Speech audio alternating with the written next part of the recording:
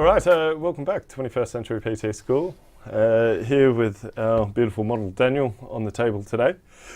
So my name's Scott Webster and I'll be running through some basic massage techniques and just little concepts that we're going to learn about, discuss and evolve within yourself so you can use these on your clients to have an all-encompassing PT package.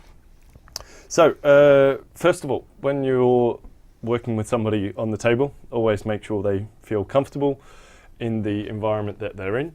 One of the best ways to do this is with a larger than normal towel, or some people use a bed sheet even to drape their clients. But I always try to make them feel reasonably comfortable and always let them know that they're in control. It's their body, not yours, and they can say whatever they want over it. And that goes for pressure being too hard, too soft, just not in the right area. Some people might have, breaks in the bones from years ago. They could have like deformations within the joints and structures. So you need to sort of get to know their body and communicate with them. That is one of the biggest areas of a good massage is communication. If you're in sync with the person, then things are going to come together and work well. So just straight away, I can see Daniel is obviously a very well trained kind of guy. But the one thing that I noticed straight away is his C7 protrusion from doing so many back squats and having his little head forward, big chest issue. So I know that I'm not going to push directly over this area because it's essentially bone. We're just going to irritate the skin, and we're not going to get anywhere. So just to start with, I'm just looking for anything else around here. And this is where now I'm getting into the touch area. So as you can see, I'm just putting my hands all over. I'm feeling all the major muscles of the back. So we have our infraspinatus, we have our rhomboids, we have our upper traps, levator scapulae, and then we go through the fillet of the body as well, the rectus spinae muscles. I know that he's been doing a lot of lat work, so most likely around these areas he's going to be a little bit tight. And then moving into the hip stabilizers and hip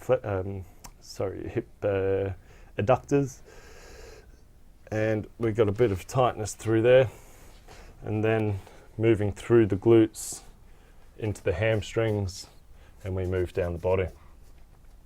Now, so automatically what I've noticed straight away is that he's got a reasonably tight erector spinae, lower thoracic area. He's got tight hamstrings, and that's representing a little bit of tightness into the perineals of the down near the calves. So in a sense with Daniel, I know that I'm just going to be essentially working train tracks today. I call these train tracks, just coming straight down. Little bit of outside work on the hips as well. Generally goes with this sort of tightness. So the techniques we have here is, I'm just using a little bit of oil here, is essentially you have your long effleurage techniques. Now this is just to get the blood flowing. Essentially raising blood, the reason why the skin gets red is we're raising blood deep out of the muscles and into the area as well. And now as I'm doing this, I've just started very, very gently. That's how I started. And now you can see the fingers are starting to go in, and then the fingers are the ones that feel where the adjustments need to be made. So I can feel straight away right here in the fillet. He's a bit tighter just in this area. Mm-hmm. So when I go over, my fingers have picked up that he's tight here. So when my wrist and hand gets to it, I'm just going to push that little bit extra through that entire area. And then as I get down the bottom, just giving him a bit of a shake. So, this is one way to get the blood flow going, and also to pick up yourself and bring yourself in contact with the person. and understanding what their muscles are doing, what their fascia is doing, and so forth. You've got a number of other little techniques.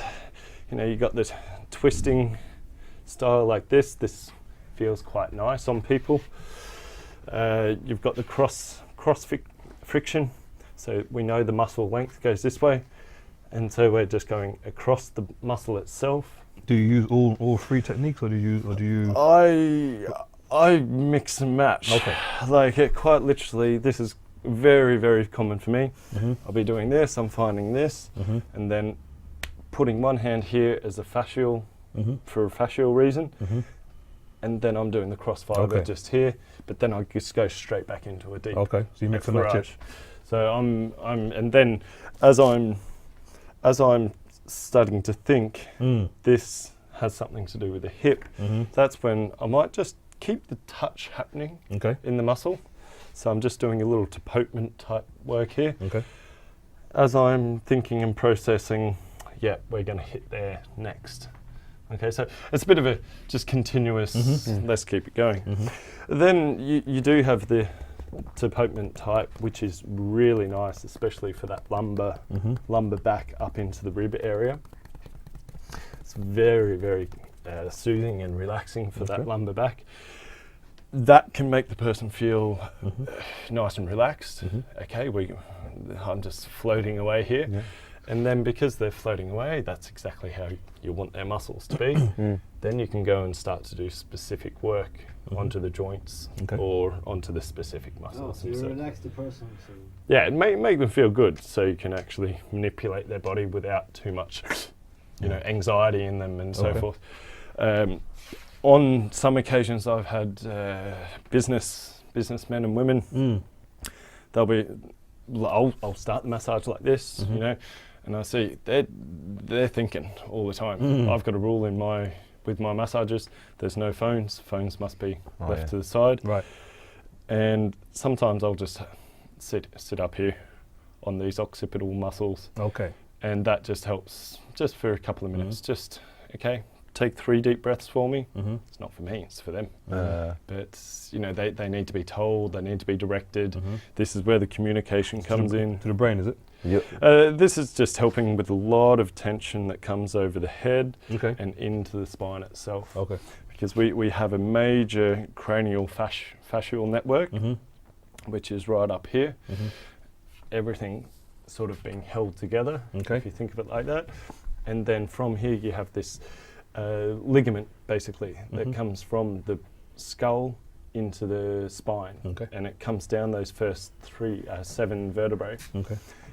So you have all this tension from the fascia that is directed into the back through this line. So if you can relax that line, you relax the tension, that's obviously going to relax this, and we know that he's got a little issue here straight away. So it's just going to make life a hell of a lot easier for you all connected later on. Yeah. Oh, it's absolutely fascinating, the connections. Well, you're up on the Atlas, or you're on C1, or where are you? No, I'm just on the occipitals. Oh, so I'm on his skull. Oh, you're on the side. The Atlas will be deeper in here. Right. Sorry if I'm pushing too hard, just trying to make the camera see it. The Atlas is quite deep in there, but I'm just on the skull part, just there. So you're on the bone? On the bones, yeah. But I mean, there is a very thin muscle there. If you're talking width, I think it's about 2 millimeters or thereabouts. And you can also feel on yourself, you have a couple of little divots on the back of your head, just up in here. And that's one of the teaching methods I'll be using is you got to know yourself. You've got to know your own body, because if you don't know your own body, how the hell do you know someone else's? Know where all the little divots are in the head, know the muscle that goes from there to there, and feel, is this side different to this side? I'm going to get you to be drawing on each other. We're going to do all this in the course. I'm going to have people blindfolded and actually trying to map things out on another person. There's actually Chinese school, really big philosophy in blind people massaging. Okay. Because Okay. they've got so much Ah, there you go. sensation. Yeah. You know, and so that's Interesting. one thing that I'm going to bring in, Okay. definitely. Just one question, right? Sure. How important? I mean, is it a special type of oil you need? Is it a special type of bench you need in terms of equipment when you're going to be? Not really. Not really, no, okay. No. Any oil works, more or less. If you want to be just a massage therapist, I would say invest a little bit of money into it. Okay. But if you just want to use massage as a complementary tool to PT, Yeah. this bench I think is 1,700 crowns. Okay. Online, All right. reasonably simple bench. Okay. You can get them a bit wider for a bit more money. Okay. 2.5, I think. Okay. To be honest, I think it's all you need. All right. Really Right. is. If you want to get serious into it, if you're going to start expanding your education into different needles and different types of osteopathic techniques, yeah, probably get yourself an electric bench. Okay. But that's when you're talking 30,000 crowns. Okay. But just to start out, I don't think it's necessary. This type of bench is good enough. It is. It is. Oil-wise, I try to go natural. A lot of cheaper sports oils, mass-produced using petroleum products. Sure, they've been tested and everything, but if you don't have to put petroleum onto your skin, I mean, you don't go to the service station, fill up the car. Coming back to the common just sense put a thing, nice right? little- Yeah. Exactly. Yeah. I'm sure there's all the science out there that says they're not harmful, but at the end of the day, You can avoid it. why not just use a coconut with a few other oils Sure. that you put in? I make my own oil. Okay. I take some essential oils that promote blood supply, circulation, less the irritation to skin, etc. And I put it with coconut and a bit of honey. The honey helps with the grip. Oh, yeah. The coconut's obviously just everyone's good with coconut oil. Yeah. Makes the skin look nice afterwards. And then the essential oils that I put in there, obviously for the blood supply and the medical effect. Okay. But again, I think you can go way too overboard with this stuff. The person, if you're there being their personal trainer and they want to get a massage from you, I think they're there for a good time. They want to get the job done. Yeah. They don't really care too much about the aroma of lavender with rose hip and blah blah blah. But I mean, but some people do. Sure. And I've got some of those clients that when I see my schedule at the start of the day, I'll bring out a lavender candle and just put on the side because I know when they walk in, They want that. they want more of a relaxing thing. Ah, So yeah. it's not something I do all the time, but why not? They're good clients, so look after them with that little bit extra. Sure. I mean, you have an interesting point there because since we all working with humans, this is one thing that you have to consider. Working with humans, you work with different humans. Yeah. Every time you have a different individual, and you can't use the exact same approach to anyone, really. And I think it's a major problem with personal training, with with any form of therapy, really, and food as well. That's the main reason why you don't get any good clinical reports from food, because you try to get the same result from 500 individuals. You're never gonna get that. Huh? And that's exactly what it comes down to with massage. Through my experience and through my reading, I've noticed that it is pretty much you can have 100 massage therapists all trained exactly the same way, but every one of them thinks about it slightly differently and has that slightly different intention onto the person. I've noticed it with myself. Back when I first sort of started, I was a bit casual with my business. I wasn't really, I didn't take it as seriously as I do now. And I would notice there were some days I'd give fantastic massage and the person would become, I'm pain-free for the first time in years. Yeah. And then the next time I'd be like, hold on, but a person came with the same symptoms, same problems, but I was just a little bit lax and whatever. I joked with them too much and they didn't have the same results. Right. So what was the big difference is intention. Attention to detail, intention, that's why I say communication, and making them feel relaxed and comfortable. I know Daniel, he's a good friend of mine, been friends for years. I'm not going to treat him and say hello to him the same way as I say hello to other people. there's a big professional thing about, oh, you know, you have to have your professional space and distance between your clients. I kind of say no to that. I agree. I kind of say, well, I've had a client, she's a single mother of 2 now. The husband left her. Her mother died the year before. I'm sorry, but one of the best things of her is a hug. And that's, I mean, we very quickly went from the professional handshake, I'm Scotty, okay, let me take some history about you, some notes. And I think it was at the end of the session, we gave each other a hug because I knew that's what she needed. It's a personal interaction. Exactly, but that doesn't go for everyone. No, of course. no. But anyway, I'll move on to the fascia side of things here. So I know here, maybe for the camera it's easy to show on this side, but basically in this area, just here, we have a bit of a tightness of something. Okay, most likely it is the erector spinae muscle that comes straight from the neck area all the way down through the rib cage, through the spinal column, and attaches into one of the areas around the SI joint, sacroiliac joint. There's 3 different erector spinae, so hence why I'm not making precise observations with anatomy. So basically I'm feeling and touching through his hip now into his glute. Okay, my thumb's picked up one area. I'll do it on this side actually, so you can see. So my thumb's picked up on this area here, but now I need to see if there's a bit of a connection with the leg, and I can see straight away, I can feel straight away, it's the hamstring. Okay, so we have 1, 2, 3 points that are connected. We know they're connected because we know the hamstrings, when they become tight, they adjust the hips, and that puts a lot of pressure into the back. I know Daniel's very strong, so I know that his lower back muscles are going to be quite strong, but the thoracic area is a very complex area, very delicate.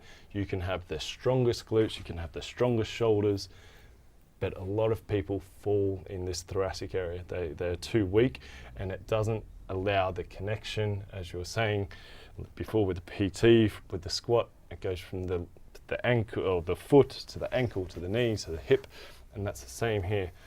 So we've got 1 point, 2 points, 3 points. Now a nice little way to loosen all this up is just to do some rocking motion. So basically I'm just going around in circles here, holding the fixed point up here, and this is allowing the vertebrae just to swivel and slide in between. Now when we get some movement like that over a longer period of time, about 30 seconds to a minute, we start to feel the fascia release. And that fascia, obviously more detail during the course, but I highly recommend you read up a lot about the fascia before you come. It's a slow, malleable type of tissue. If you punch somebody, the fascia will be solid, but if you slowly drift into it just through motion and soft touch on the point, you slowly melt it almost. So very malleable. Okay, so now I'm feeling this area just lengthening out. Now I'm going to keep this point in the back of my head, and this is now we're going to come into what we call soft tissue release. So soft tissue is anything but the bones, pretty much. So we have a tight hamstring here. I've got this in the back of my mind. I'm going to adjust the hip slightly. Knees generally fall out. So, okay, now we've got a bit of blood into here first, of course. So now this is a passive soft tissue release. So I'm putting some pressure onto his hamstring. I'm passively contracting the hamstring muscle to the point where his hip doesn't move, because you just want to isolate. If we go right up, the hip generally pops up, and a lot of people, or you can see the hip dipping in this, in Daniel's case here. So we don't want that. We're just focusing on the one muscle. And then the pressure of my elbow increases slightly as I take the leg down. Okay, so a little bit of pressure as the leg comes up, pressure increases, leg comes out. So essentially, what's happening in this hamstring muscle is you have a muscle like this, okay?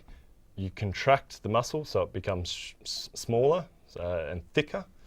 And then when I put the pressure on from the top, I'm squeezing it down, and then we get the passive movement which stretches the muscle under a pressure.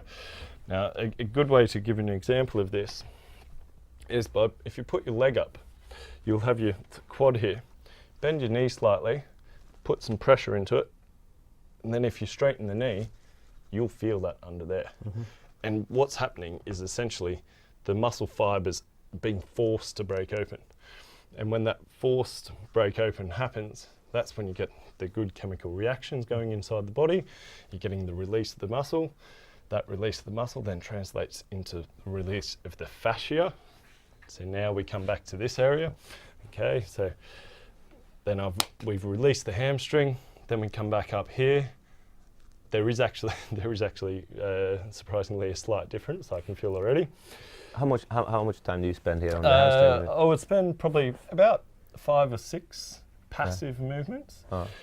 So a few minutes. Come back. Yeah, probably 30 seconds of movement of blood, and then a few judgment movements, so assessment movements, and I feel, and I'll pinpoint, because we have 3 hamstring muscles, or 4 if you want to include the short head of the biceps femoris. But essentially, yeah, I'll be able to pinpoint on Daniel's leg now. I can almost guarantee there's one here, and there's just one down here. So I'll spend maybe a minute on each of those, being very precise. So again, starting broad and then becoming narrow, and then coming back to being broad and feeling how this point is feeling up. So then, so that releasing that would release this. Assist release this. Okay. Yeah. Okay. So then, I might actually, after I've done that passive release in there, I might let that go. We come back to this, and when we come back up here, and maybe I might do some different techniques upon the spinal column. Okay. Or the specific muscles. I might find once it's released a certain part of this, because it's such a complex area, the back with all the muscles and anatomy, I might then find a little, there's a little something happening in the rhomboid. Right. Because at the end of the day, if you were to take away the skin here, it doesn't look like an anatomy book. Okay. It's a very much a complex web of fascia, blood vessels, muscles overlapping, old connective tissue that hasn't broken down yet, scar tissue, etc. Daniel trains a hell of a lot, so we're going to be looking at a lot of that scar tissue. Okay, what's scar tissue? What's the original connective tissue? What's the original muscle? One thing one thing here now, that from how you're explaining things, when you go to most massage therapists, they do half body massage. Yeah. But you're no, not at all. You must look at the whole thing. Okay. If Daniel's comes in with a neck complaint, firstly I'm going to ask him, okay, what's he been training recently?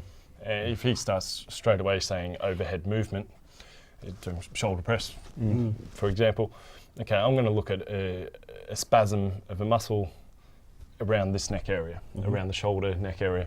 I'm going to try and find that spasm and release it. Absolutely. That will hopefully push down the neck pain. But why did that muscle spasm in the first place? Yeah. Because I know that Daniel does his overhead, shoulder to overhead quite often. So what wasn't he doing? What wasn't he activating at the time when that spasm happened? Or it could have easily been just an overuse injury. It could have been. But that's where, okay, the spasm was in the neck here. I've come down. I know the neck has a lot to do with the hips. Hip flexion means neck extension for for a small muscle in here called the splenius capitis. Yeah, right, that's right. And so then I'll come down to the hips here. Okay, did he have an anterior hip tilt when he was doing it? Now let's just check all this. I know he's got a tight TFL just here, just right on the side here.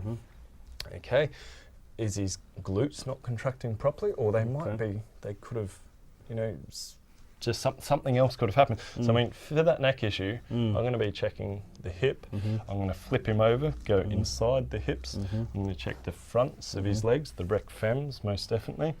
And then my favourite part, I'll go around the back of you here. So basically, it's a unit. Oh yeah, absolutely. And then my favourite part comes down to the feet. Okay. Because just like the back of the head we spoke about, that's where a lot of the fascia sort of to the cranium. connects, the cranial fascia. It also starts here. So this is where I can see with Daniel straight away that he's got a little bit of tightness through his foot.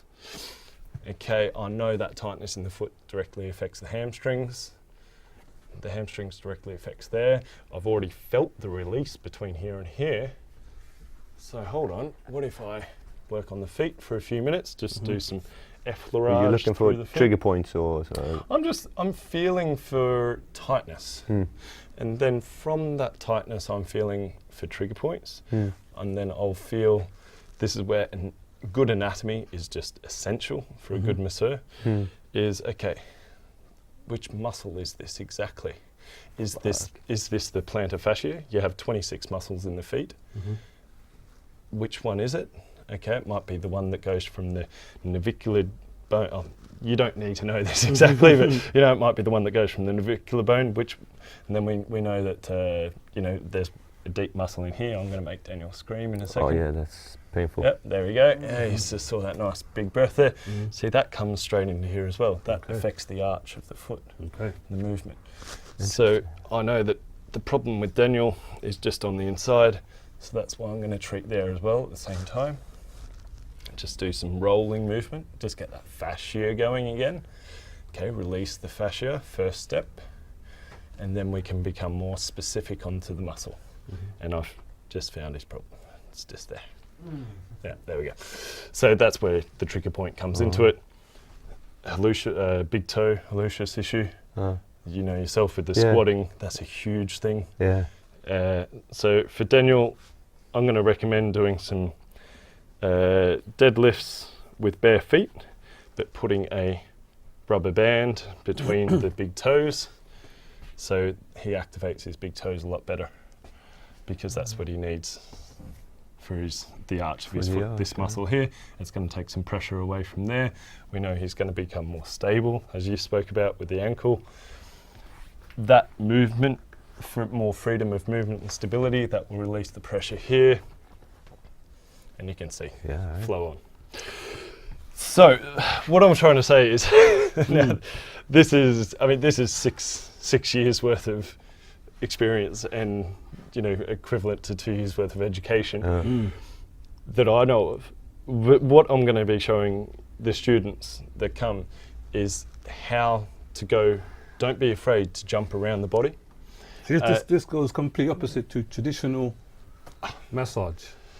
Again, if you want to light the candles, get some lavender on, smoke some incense, go for it. Like some incense? Absolutely, go for it. Go for it. And there are pretty much 99.9% of people out there that need that. Absolutely. But if you're in a PT setting, if you've just done, you know, if you've got your client from overweight to regular weight, and then regular weight into starting to get strong, and then they're training for the varvette, or they're training for a sprint competition or something with their friends, you know, or doing this toughest, or doing the toughest. You know, they've just burnt their legs out. You've just done one of those fun exhaustion sort of exercise sessions. 48 hours after that exercise session, of complete exhaustion, their fascia is just screaming. Their muscles are screaming for some blood, and that one point, the reason why 3 to 4 days afterwards they just have that inkling in the hip, it could be coming from down here. So that you need to know as a personal trainer that to fix their hip, you might actually just 10 minutes of your personal training session this week is working with their feet. Yeah. Okay, push your toe against me. Push your toe, push your toe, push your toe. That's it. Relax. Give it a little rub. Okay, this is called activation. Push your toe, push your toe, push your toe. Okay, rub. So we're getting his brain connected to that muscle. And then, okay, now we're going to go and do some deadlifts or squats or whatever it is. And then when he jumps on the floor, it's like, okay, do that toe thing again. Push it in, just like you did on the table. That's it, that's it. Okay, now lift. And it's the activation, the connection. Interesting. Yeah. And how about the release sort of wastage, toxins? That's where the good old-fashioned effleurage comes into it. Like we were doing on top of the back. Yeah, exactly. Just throw me that oil there. So I've just, let's just say we've just given Daniel a good going over. We've hit trigger points. We've hit everything. I then get the oil, and then pretty much, start. You got to know where your lymphatic system is essentially down through your underarms, in your neck, and in your groins. Okay, so just by rubbing just very lightly like this, I'm pushing all this up into the area of the lymph. Drainage.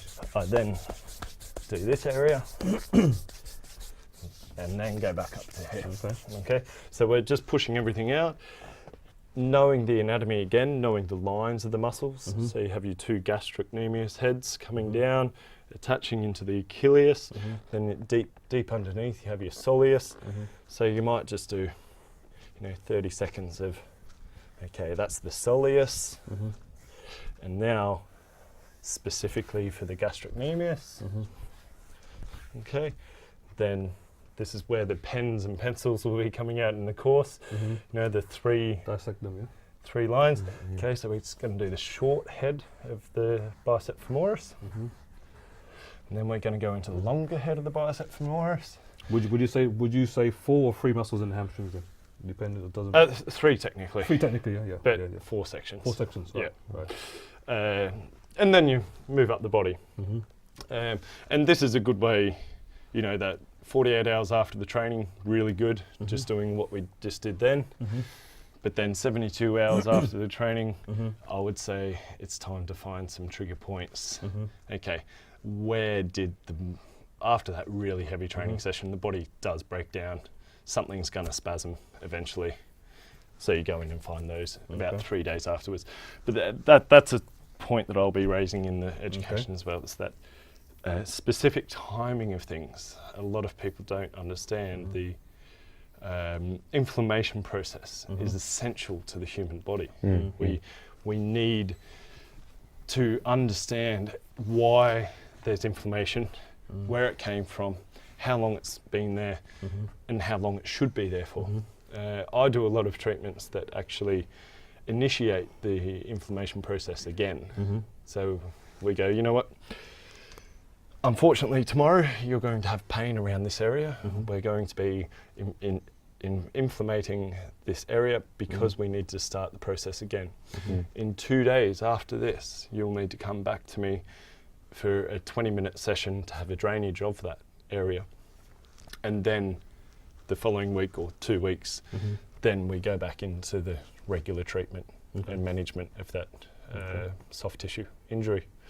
But this is that's getting a bit technical, but I'll be giving you the outlining basis of all this, and this is something that continuous reading and research. How important is massage for the trainer to pass on to his client? How critical is it? I mean, we talked about nutrition. Yep. We talked about training.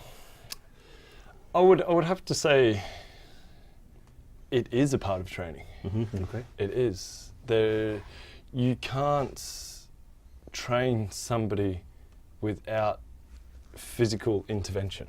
Okay. Unless they have done the course as well and they know how to treat themselves, then Yeah, no, you're going to have to touch them at some point. Okay. You can't be afraid to do this, feel that there, move the foot around. As a personal trainer, I think it's essential. I think it's one thing that's definitely missing from the mainstream gyms, most definitely. I'm not sure whether people are scared of touching another person, or it's the whole private space issue, or if it's a harassment issue. I have no idea, but It's a little bit of both. I think we need to break down this barrier that if someone touches me, it is fine. We're human beings. We've done this 2,500 BC, I think the first recorded massage was. And I'm pretty sure before that, if we look at the evolution of where we came from, grooming each other and helping. You don't get through this life without help, without somebody getting involved. And so I would say it isn't just important. It's a piece of the puzzle. Piece of the puzzle, right? Right. Yeah, you won't be able to be 100% effective if you don't.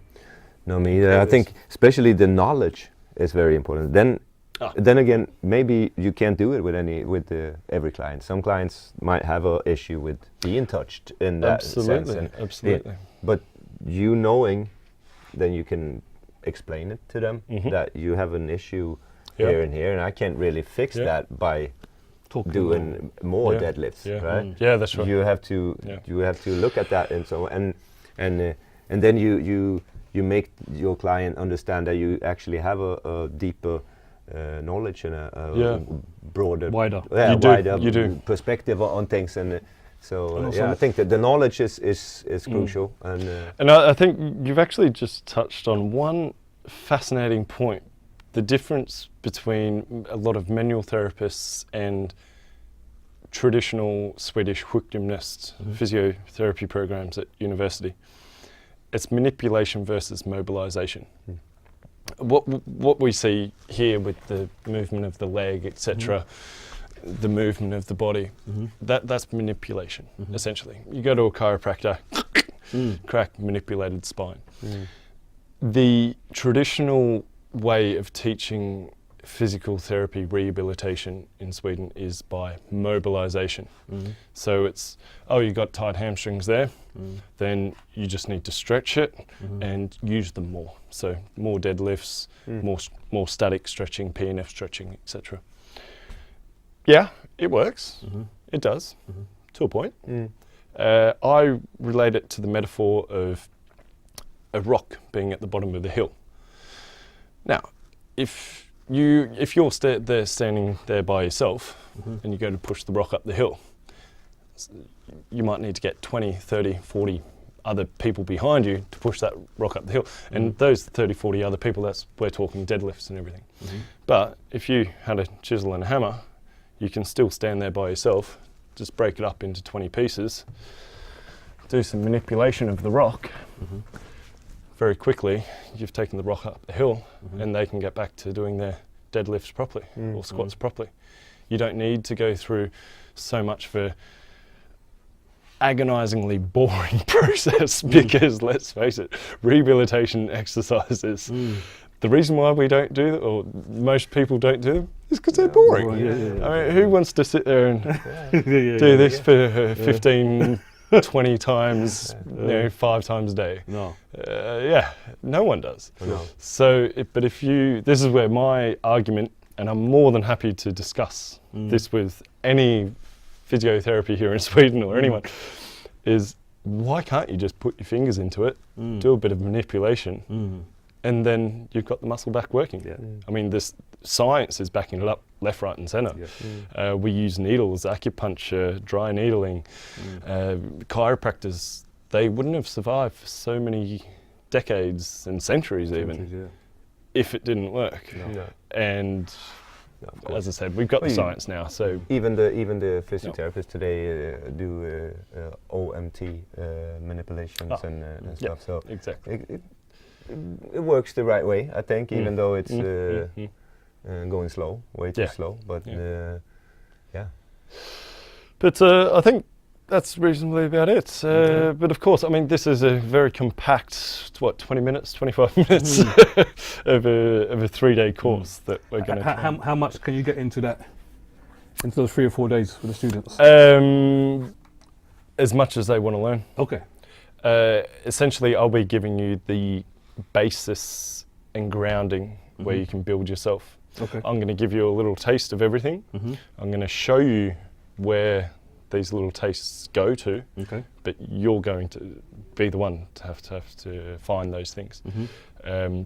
But I've got a lot of suggestive reading, like the writings that I've done so far for the course. I've got at the bottom a lot of suggestive reading. You know, that's your homework. It's going to be an intensive 3 days. Cool. It's going to be a big 3 days, touching, talking, communicating, feeling is the biggest thing.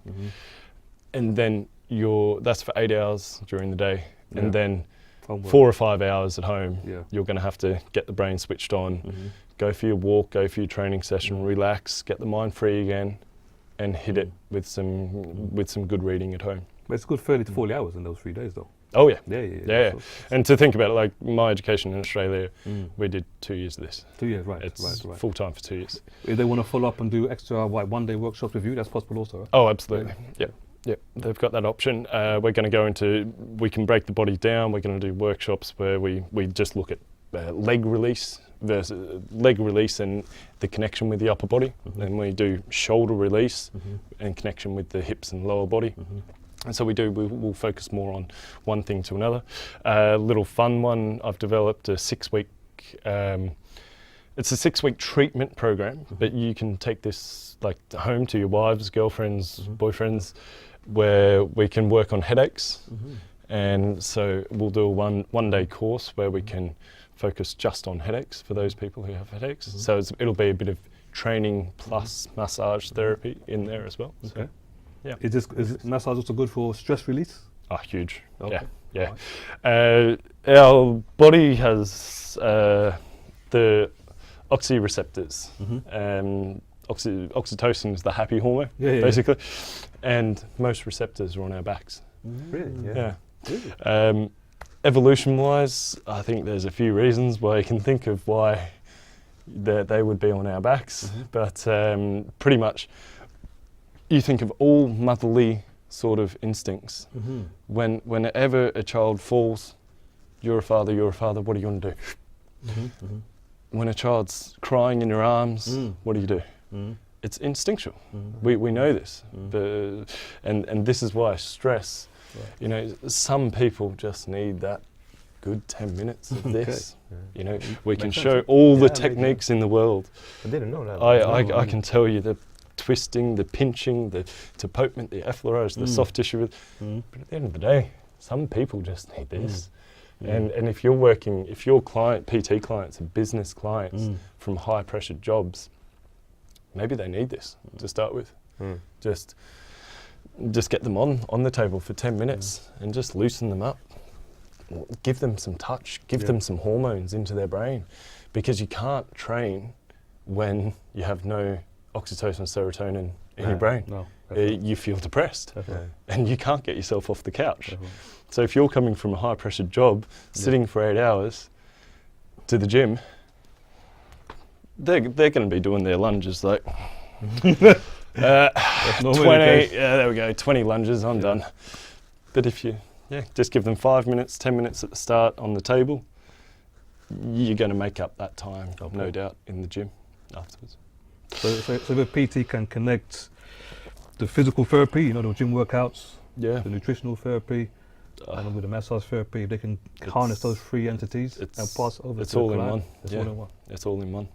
Absolutely. And to the question of, is it important? It's not important. It's imperative. Okay. It's imperative. Okay.